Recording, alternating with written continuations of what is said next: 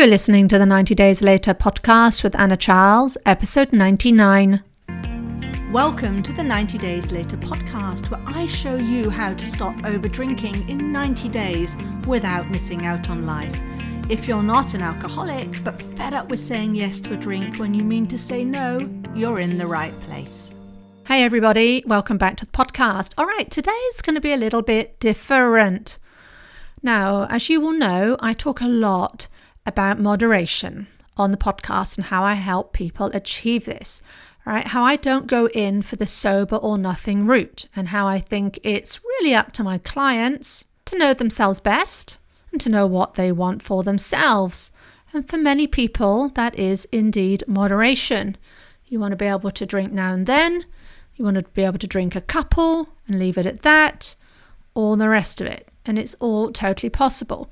So today, as I said, it's something a little bit different. I've invited Mary Reid, Executive Director of Moderation Management, to come and talk about this topic with me.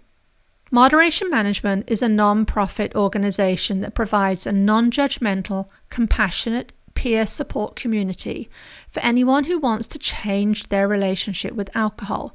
They do a lot of good. And I've personally contributed presentations and blog posts and so on to their site. So today I thought I'd put moderation management front and center so that you can all learn more. And whether you decide to contact moderation management or whether you decide to reach out about getting coached by me, right? Getting one-on-one coaching by me, which you can do at 90dayslater.co. I want you to know and be aware that there is help out there. If you struggle with your drinking, there are many different avenues for you to get help. You are not broken, and there is no shame in asking for help ever. All right, let's get on with the show. Okay, so Mary, thank you very much for joining me here today to talk on the 90 Days Later podcast. It's so lovely to have you as a guest. And maybe you could just start by just introducing yourself so people know who you are. Okay. Well, my name is Mary Reid. I'm the Executive Director of Moderation Management, otherwise known as MM. Moderation Management is a peer support group for people that want to moderate or reduce their drinking or change their drinking in towards a healthier relationship with alcohol. Perfect. And I love that you say it's peer support, right? Because it's moderated, but we've got the peer people in there. So why moderation management? Why did you get involved in this? And what does this mean for you? Well, like most of all of our administration, I came to MM as a member. I came to MM as a person who was struggling with their drinking. I had heard about it back in the early 90s when it first came around. And I was probably in my late 20s, early 30s. Mm-hmm. But back then, internet was not a big deal. I mean, it wasn't really on the scene yet. And there wasn't a whole lot of online groups. So I would finally, I'd always worried about my drinking. I think I worried about it from the time I had my first hangover, which was right after my first drink. Yeah. And then, so when this came about, and of course, like everybody else, I thought, oh my gosh, I'm worried about my drinking. I need to go, totally abstinent, go to AA. So all of a sudden, this woman started appearing on the TV shows here about moderation management on a lot of the talk shows. And I thought, oh, wow, I can do that. Great. I can still drink. And so I went to our little local library. I lived in a small town and checked out the book. And I don't remember what the book was called back then, Moderate Drinking or something. Uh-huh. And but the problem was then there were no meetings, and there was, other than the book, there wasn't a whole lot of support out there.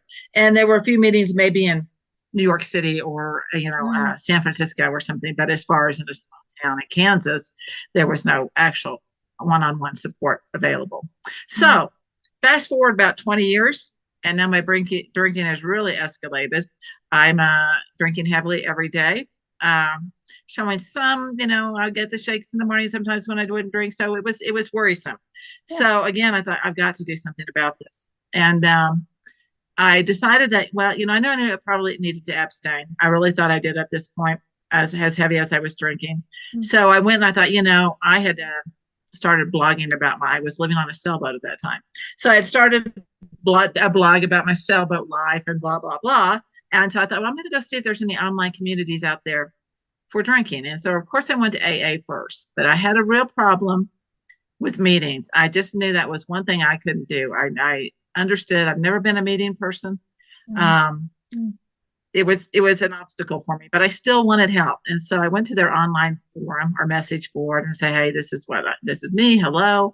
I really want to quit drinking or reduce my drinking, but I don't want to go to meetings. And the first thing I got was, well, if you don't want to go to meetings, then you don't want this bad enough, which was kind of the message back then that AA sent out, which I think they've changed since then.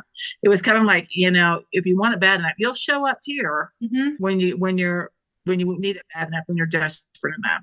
So I skirted around some more. I think I might have looked into Smart Recovery, which is also an abstinence-based group, but they're a little more tolerant of people that want to reduce their drinking. Again, I still wasn't ready to abstain. Our whole life revolved, my husband and I's relationship revolved around drinking. So I thought, well, I'm going to see if MM's out there anywhere. So I went and looked for Moderation Management's online community and found it. They found a forum. And first I posted, told them who I was, what I was doing. And the only thing they came back and said, basically, we're just glad you're here. So doesn't have a program. Didn't have a program back then. It didn't have steps. And we were just, people that were worried about our drinking, didn't want to quit, and we're offering each other support. Yeah. So that's how I ended up at MM. Wow. And that's so you had the early days and you came around to the later days and now you've got more involved. And with a sailboat in between, I had no idea. I want to ask you all about that, but I'll probably save that for another time. So you talked there about AA and abstinence and so on. And I even think today in 2023, because I'm dealing a lot, obviously, with people who want to change their relationship with alcohol, and they don't always know what that means. They just know that what's happening isn't working. And even myself, as well, I see this so much sort of from the coach's angle, there seems to be this real fat line in the sand between, that moderation really, I hear this so often, it's just not possible. Abstinence is the only way. If you don't want to become sober, if you have any kind of problem with alcohol, you just got to go sober.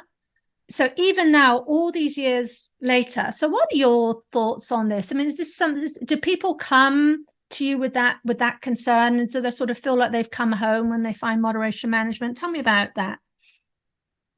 I think we're of an age, I've seen so much change. I came to MM in 2010, so I've been there about 13 years, and I've seen a lot of change in that time in the movement towards harm reduction and accepting moderation as an option or reduction. And before that, we were all kind of grown up with AA. Basically, like I said, I had this belief at 20 years old, if I worried about my drinking at all, and I'm a nurse, so I had gone through the classes, I'd gone to AA meetings as part of my training.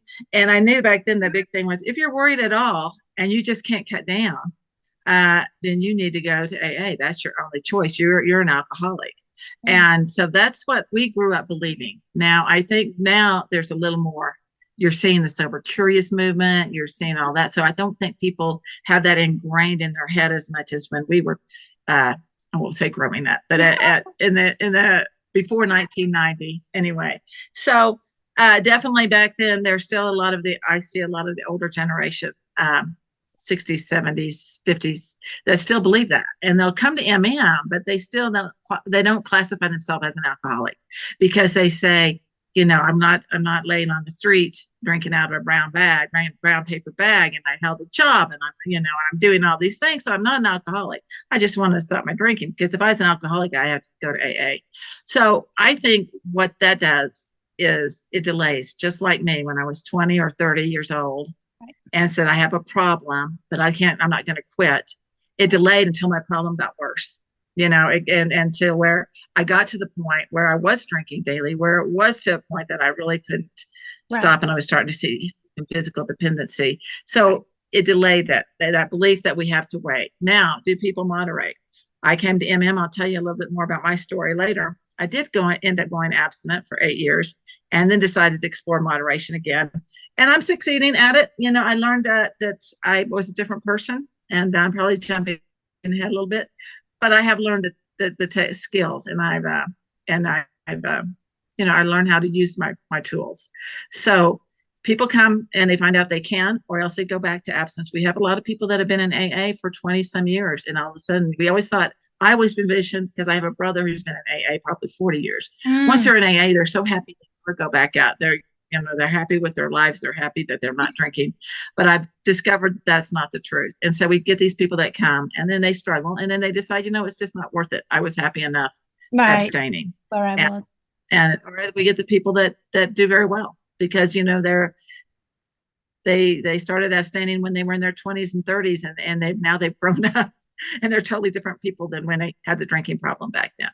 Right. I mean, I think it's just so great that, and this is one of the things I've heard from my clients, that there are options out there. There are many, many options out there. It's not kind of just AA, because there's, and if that's for some, if they want that, that's great. If that's not what they want, there's something for them. But so what does drinking in moderation mean for you, Mary? How would you define that?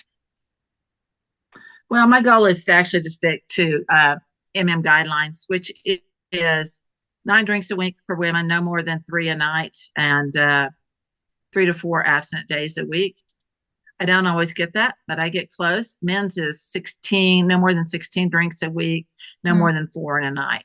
Now, I'm kind of at the point, of course, that doesn't go along with the different countries' guidelines. Right. At one time, the U.S. is this National Institute of Alcohol Abuse and Alcoholism, and they at one time matched up with we were the same, and then they reduced the women down to 7 and no more than 1 a day, and didn't reduce. Canada is kind of looking at even more stringent. I'm not sure where UK is right now on that, but I think the guidelines also put a hurdle up for people, because they look at those guidelines and while they're trying to achieve those, they're making great progress in reducing their drinking and their lifestyle, but they're beating themselves up because they're not by the guidelines. So we all know that there's no healthy level of drinking. Moderation is not the healthiest level of drinking. There is no benefit to drinking moderately as far as physical health goes.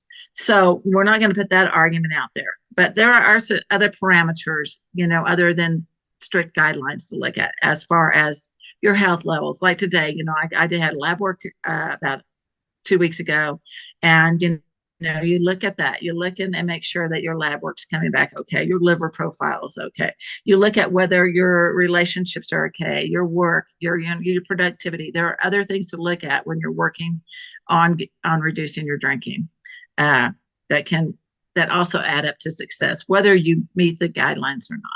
I love what you say there, right? Because beating ourselves up if we don't achieve something is only going to make ourselves feel bad. And then, hey, presto, where do we end up then? Then you're back into the drink. Well, I might as well drink because I didn't manage to do it, and now I'm feeling awful. So to have some kind of guideline, just to know, and again, just to know that this option is there, and if it's what you want for your lifestyle. But let's talk about other people, as in people who aren't signed up to whatever it is we want to do with our drinking. Because one of the things I hear again and again is one of my clients, they'll say they're just trying to drink less, and maybe they have a couple of drinks and they go out with their gang, their people who are quite heavy drinkers, and they turn the third down, right? So they're drinking, they're not abstaining, and then they feel kind of like everybody piles on. What's going on? You're so boring. Why aren't you drinking? And this whole thing, and that I find keeps so many people in, beyond moderation, keeps them in the habit that they don't want to be. What are your thoughts on that? Is that something, that you see? You're smiling. Well, I think, if with our society anymore, if you go just say, oh, I'm trying to lose weight, and then everybody would go, oh yeah, that's a good idea. And then you wouldn't have to answer any more questions.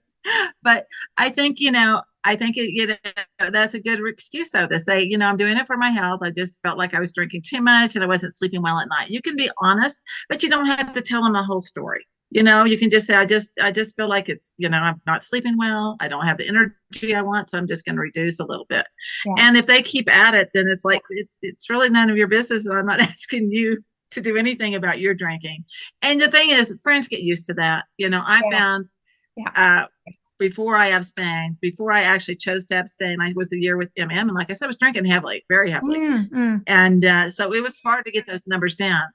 And I didn't want to abstain, but I MMA, really encourages abstinence as part of the moderation journey. And at that time, we really pushed our 30. So as getting a 30 days abstinence in right away. And I'd attempted that, never made one in the first year. I probably attempted 6 of them. And I'd get to about day 20.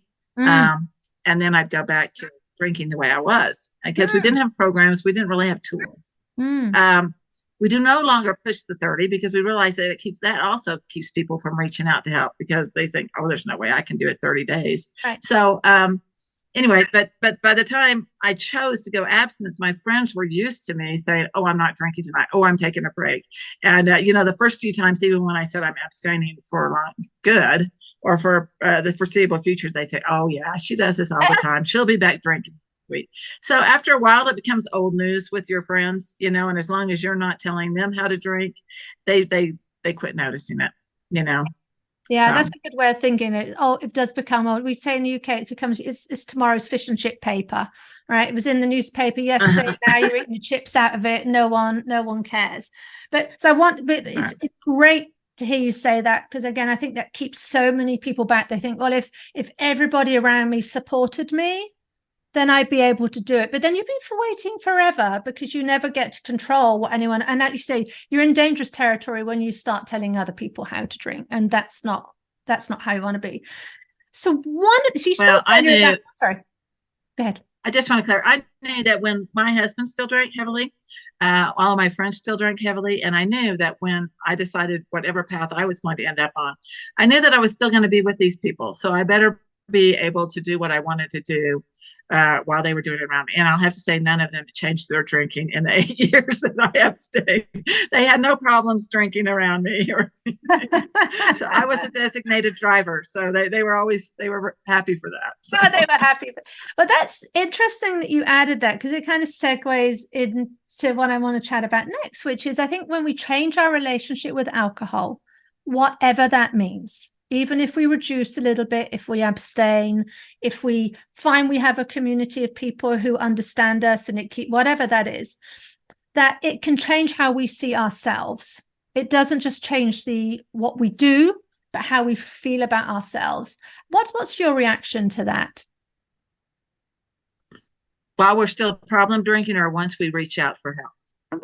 Either. Well, when we reach out for help, when we start to see that we're able to do this, and when we decide we want to change our relationship with alcohol, and then we start to see that our life changes too, and how we see ourselves. Okay. I mean, that's the critical thing here, how we see ourselves and our abilities.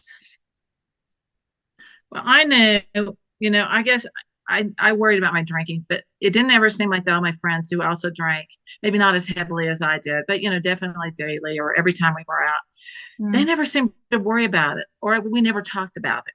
And then we never sat around and say, oh my gosh, we really need to quit drinking. It was not a subject we talked about. And when people would come in after the weekend and come into work and then laugh about how hungover they were, I would just look at them and say, how can they laugh about that? I feel so much shame about it. So there was this whole thing that was a big secret with me that I thought I was hiding from everybody, just how bad I drank. And so when I finally got to a community, and believe me, I'm not a support person. I don't go to therapy. I don't do anything. You should be able to fix it yourself, Mm-hmm. So when I finally went to a community and I heard all these people that were talking about all the worries that I had, I finally felt I'm not alone. I'm not alone. And it didn't matter what story I had to tell.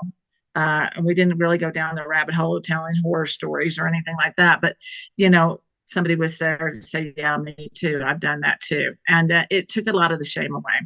And so then as you move through, you begin to feel, and I felt it both in abstinence. And then again, when I started moderating, powerful, and not because all of a sudden I realized it isn't just about saying, I'm only going to drink 3 drinks tonight, and that's it. I'm drinking. You got to learn how to change your thinking about drinking. You've got to learn how to change how you drink. You can't just focus on those numbers, because all of a sudden those 3 drinks are gone and you're sitting there and what else is there for you to do? So it's a lot of growth, and you've got to be willing to other changes, not total lifestyle changes, but changes in how you do things and how you look at drinking and what you expect from drinking. I always tell that when anybody comes from a long period of abstinence back to moderation, I think we still have that little light bulb in our brain that lights up every time we think about, oh, I'm going to get to feel this and this, but there'll be no consequences. And it's not that. If you're moderating, you really don't get to feel that. Everybody's always looking for that sweet spot, but the point is to stay away from the sweet spot. So you have to learn those techniques, and learning that and actually seeing them work makes you feel like you can apply that to other parts of your life. Yeah, I love that you use the word there, powerful, that you feel powerful, that you can do this, right? Because we can make these changes and still have the life. And I say apply it to other pieces of our life. And then we start to see what we're capable of, and just getting some kind of a handle on this so that it's not this shameful thing. It's just something we do. And hey, we can change it if we want to, and we can drink in this way or drinking that way. So now I know you have many resources available at Moderation Management. You have all sorts of programs and things for people. How can people best get involved with if they're listening to this today? I think it depends on the person themselves and their individual likes. Like you said, I had a big, my obstacle was going to meetings as far as AA. So if I jumped into a lot of people would say, oh, go to a meeting. That's what you need. That would have turned me off right away. I'm a person that likes to write and read a lot. So I would join, depending on who you are. If you feel comfortable with a meeting and you can join a meeting and just listen. You don't have to talk. You can get in there and ask questions, and you're going to find out that we're all the same as you. Now, I always tell people, newcomers, you'll hear us complaining like, oh my gosh, I drank 4 last night, or I drank 5, and a lot of newcomers, I would have said, I don't belong here. If people are only drinking 4 or 5, I would have been happy with that when I first came to MM. I wouldn't have been in MM to begin with. So those are those of us that have been there a while. And so keep that in mind. And we do have a meeting during the day that actually started out for our UK members, because we do have a few UK members on Wednesdays that I lead. Actually, it's kind of a mixed bag. We actually still get a few UK members, but we get one from Poland. We get mostly of US or Canadian still, but it is in the time slot. It would be at 8:00 on Wednesday, at 8:00 in the evening for UK time. And we have a few other daytime meetings that are available. But if you're not there, a lot of people join our Facebook group, which I think is great. This is fantastic. But yeah, it is a good group. But it doesn't offer the sense of community, close community that I found when I came to MM, because it's so big, and there's new people joining all the time. So it's kind of just like get in there and find out that there's actually support. We have our listserv and our forum, which have kind of dwindled in numbers and activity, but they're still there, and they're very small groups. You can use a username. No one ever has to know who you are, which we can't manage that on a Facebook private group. So, and they all just kind of know each other. They become friends, kind of like our meetings when you have our regulars at meetings. So I would go there. Especially the forum has a lot of old threads that you can read through, for years, that you can see people discussing things. And then, of course, our website at moderation.org. Our handbook is responsible drinking. It's old, but it only comes out in workbook form. It's not on an ebook form, but it's still very pertinent. So it doesn't, I just reread it again for our book club, and everything, struggling with drinking hasn't changed that much. Yeah. So, and then we do offer programs now that, like I said, we didn't have programs back then. We didn't say take steps, and we still don't say that. We say find the step that you feel you're capable of succeeding at. That's the big thing. But we have our Kickstart program, which introduces tools and just some of the thoughts behind moderation management with daily emails. We do offer that. And then we have a new program this month called Miles from Moderation, which also combines very moderate physical activity goals along with moderation goals. So we're having fun with that. It's really kind of like just getting out there and learning to enjoy. It shouldn't be a burden. So, and those are all at moderationmonth.org. Wow. So 2 different websites, but you can find the links to them on our moderation.org site. And I'll include all those links in the show notes for the podcast episode as well. Okay. So everybody can get that. So someone's listening to this and they think they're fine, but they're worried about their partner, their husband, wife, friends, or whatever. What would you say to them? How can they best support that person? This is a tricky one. I know I get asked this a lot, so I'm interested in your view on this. It is tricky because I think also our partners come with the idea that I just want you to quit drinking and all of our problems will be solved.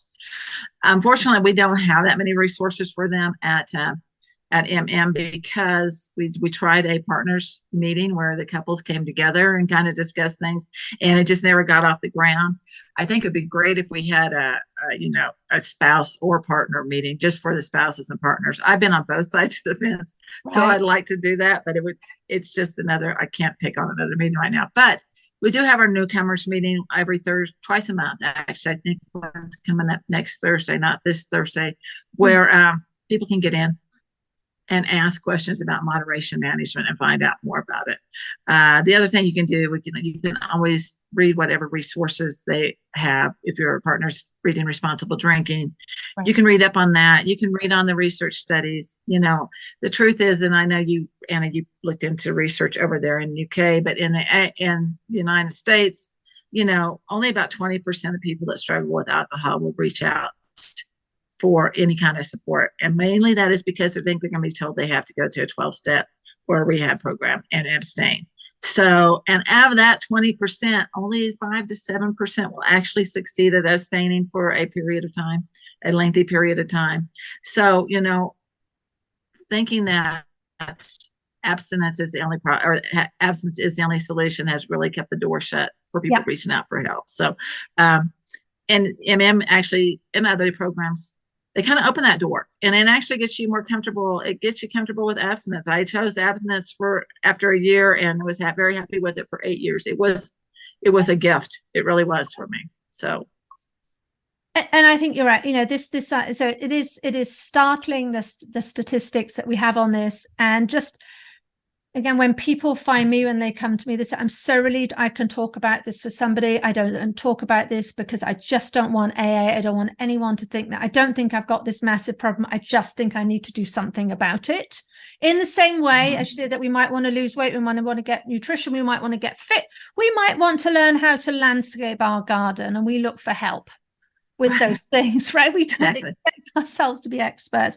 So that's why I love the open conversation. Thank you so much for coming on, talking about your story, talking about MM, and for everybody listening, it's not just me beating this drum with this whole organization. There's lots and lots of help out there. So finally, Mary, what would you say to someone who's listening to this, who really is worried about their drinking? What would you say to them right now? I think what I would ask them to do is if you're worried about your drinking, realize that you're not alone, and realize that you do not at the very beginning have to take steps that are going to be uncomfortable for you mentally or physically.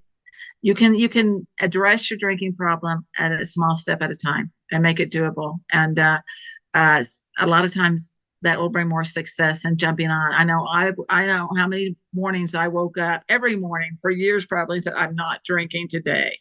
And then, noon rolled around or 3:00 rolled around, and that went, and then I just beat myself up, and thought, okay.